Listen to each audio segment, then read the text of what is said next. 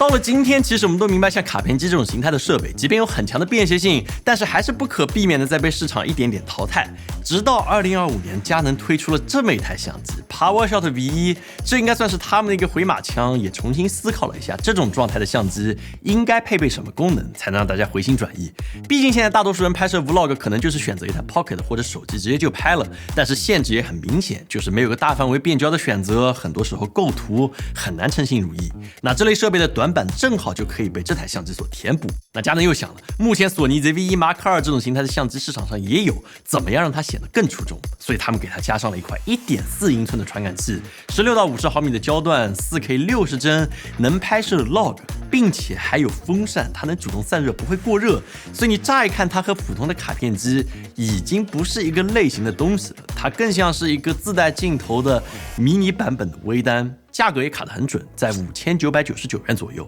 但是你记住，这是它目前的原价，据说现在加价能加到1万多块钱都有人愿意买它。如果是1万多这个价格的话，我觉得你可以直接不用考虑它。但是如果是原价的话，6000元，自带镜头，1.4英寸的传感器，你会考虑这个选手吗？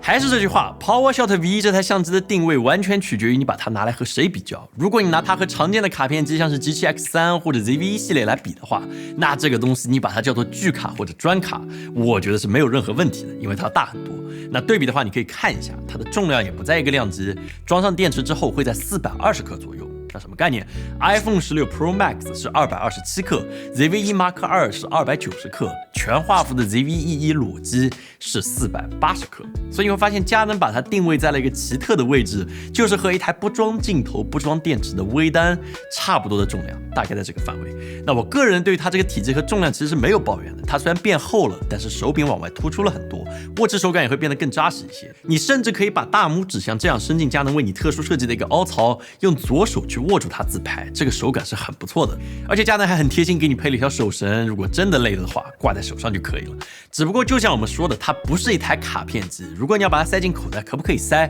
那确实可以，只不过塞进去之后，你会发现就会有块巨大的东西从你兜里冒出来，不是特别的雅观。所以也许配合我们公司生产这种小包，还是更适合它的一个应用场景。那还有个小的抱怨，就是它目前只有黑色的这个版本，没有银色或者白色。说到底，拿着它自拍 Vlog 拍的是你自己，你看的也是它，所以说它算是一个新琴键。如果有个浅色的版本，比如说银色或者白色，可能会更受欢迎一点。但是黑色对我来说没有什么问题。其实看了这个机器还有 G7X3 佳能以前的卡片机之后，你会意识到做小佳能不是不会，但是之所以把这台相机做得这么厚，主要就是为了3个东西：大的传感器，专门为这个大传感器配置的镜头，还有对应的散热。那我们一个个来讲。首先 PowerShot V1 最吸引人的点必须就是这块 1.4英寸的传感器了。这个是1英寸传感器的大小，这个是3/4传感器的大小，而这个是1.4英寸传感器的大小，这比1英寸大了1倍还不止。和 APS-C 画幅的差距其实也就只有这一点了，没有这么大的差距。它的有效像素量大概是2230万左右。你说用它拍照行不行？那当然是没有问题的，毕竟传感器也比较大，光学素质也顶得住。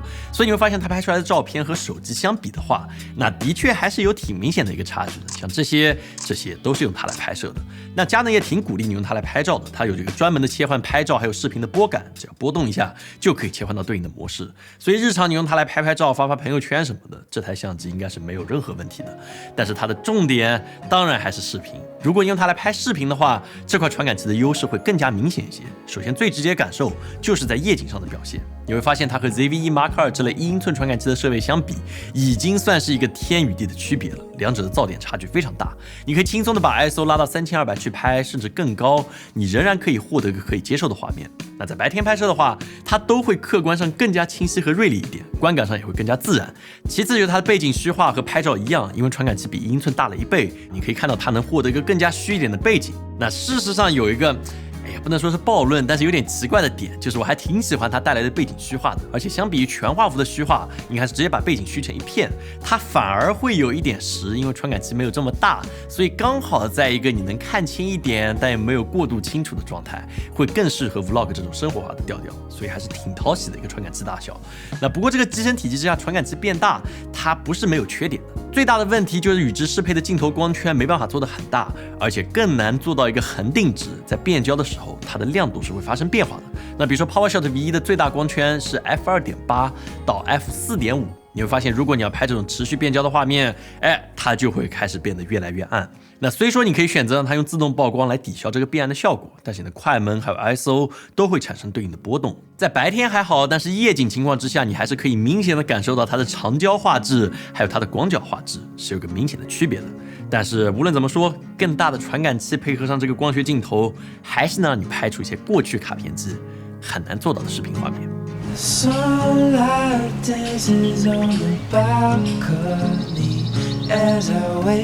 For thee to come home, I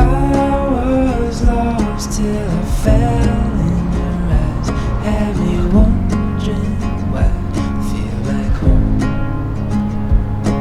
We stay with you, never leave.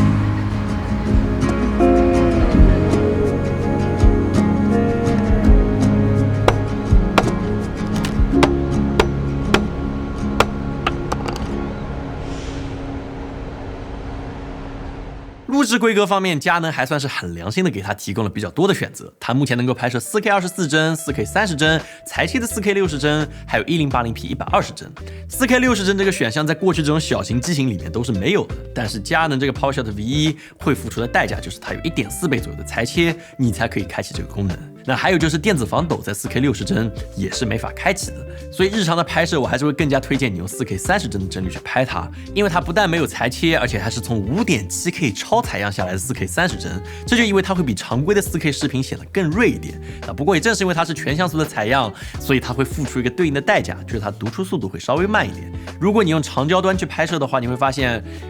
这台相机的果冻效应还是有点明显的。在广角端，这个观感会相对来说减弱很多。只要不是拿着它乱晃，在日常拍摄中，你应该不是很容易感受到这个问题。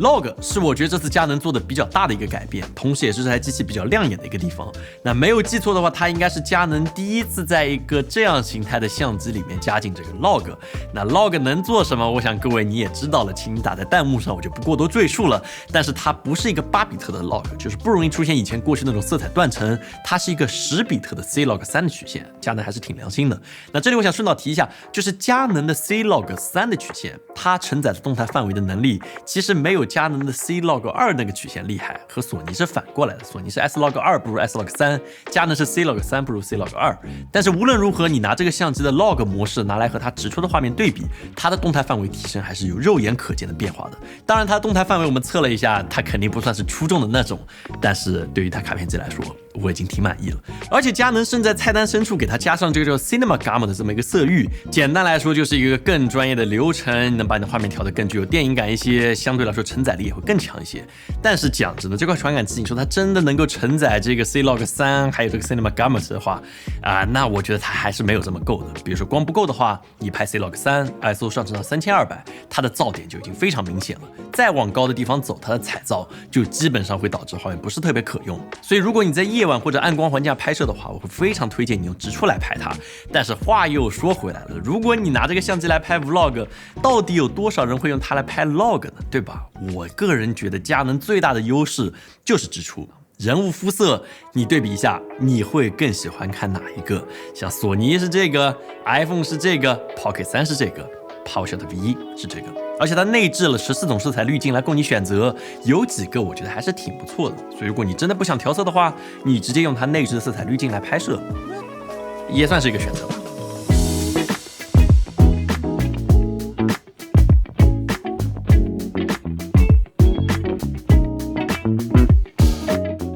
Vlog 相机我觉得是对于厂商来说最难研发的一种设备，因为它把所有的用户需求塞成一个单兵可以使用还要轻量化的设备里面。那 PowerShot V1 我觉得他们还是考虑过一些的。首先，它有这么一个控制环和佳能镜头很近似，它能够帮助你在自拍的时候快速调整你的曝光，而不需要翻过来转后面的这个拨盘。我觉得这是一个很独特的设计。然后就这个翻转屏，它可以翻过来，有个很清晰的视角。相比索尼的屏幕来说，我觉得显示效果会更清晰，黑边更少，而且更关键的是它的触屏体验是绝对的佼佼者，响应速度很快，绝大多数情况之下，我都会选择用触屏来调整对应的参数。那防抖方面，我觉得它做的还是挺不错的，因为它镜头具有光学防抖，哪怕你不开电子防抖的话，你手持拿着 PowerShot V1 来拍，它也还是挺稳的。但如果你边走边拍这样来做的话，你会发现你不能指望它有 Pocket 3一样的稳定效果，毕竟人家是物理外挂。你当然也可以选择开启电子防抖，会平稳不少，只不过画面会有一定程度的裁切，而且仔细看的话，它的拉击现象，这种拉动扭动的现象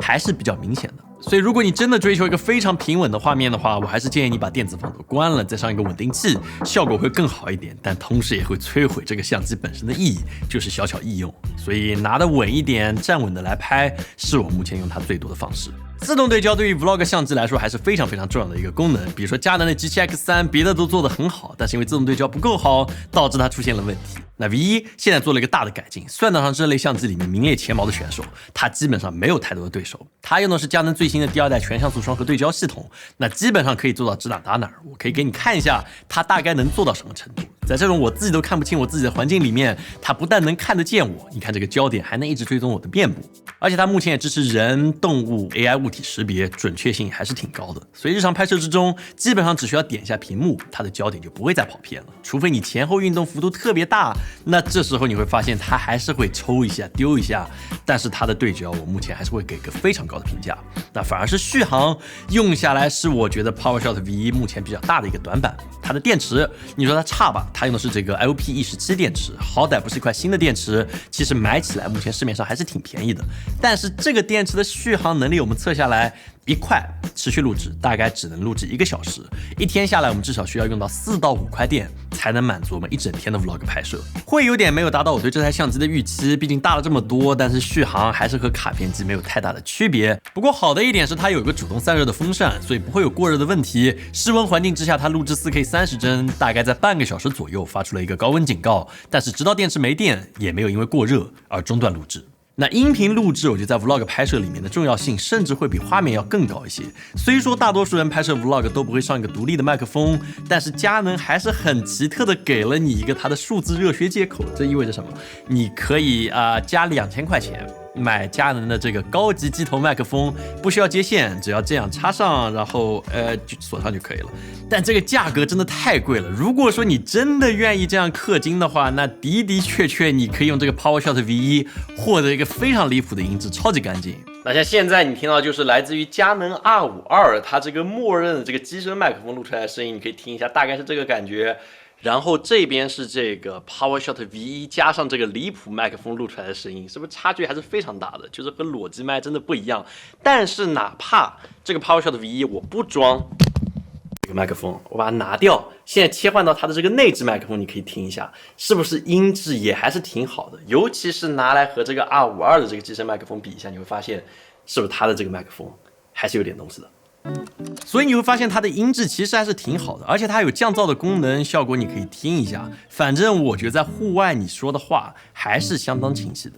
你现在听到的声音是佳能 PowerShot V1 没有开启降噪的声音，你可以听听看这个效果怎么样。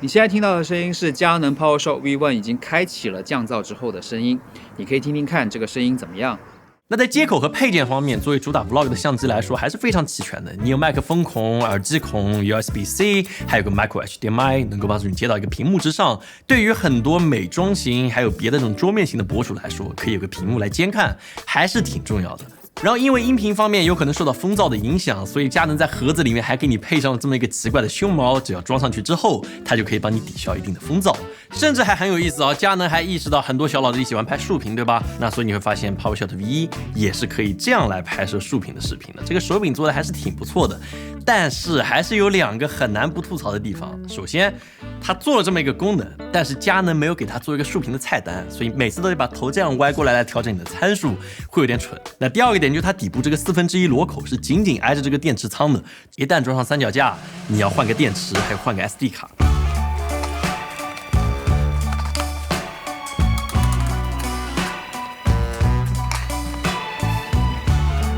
就是这个很爆炸的流程。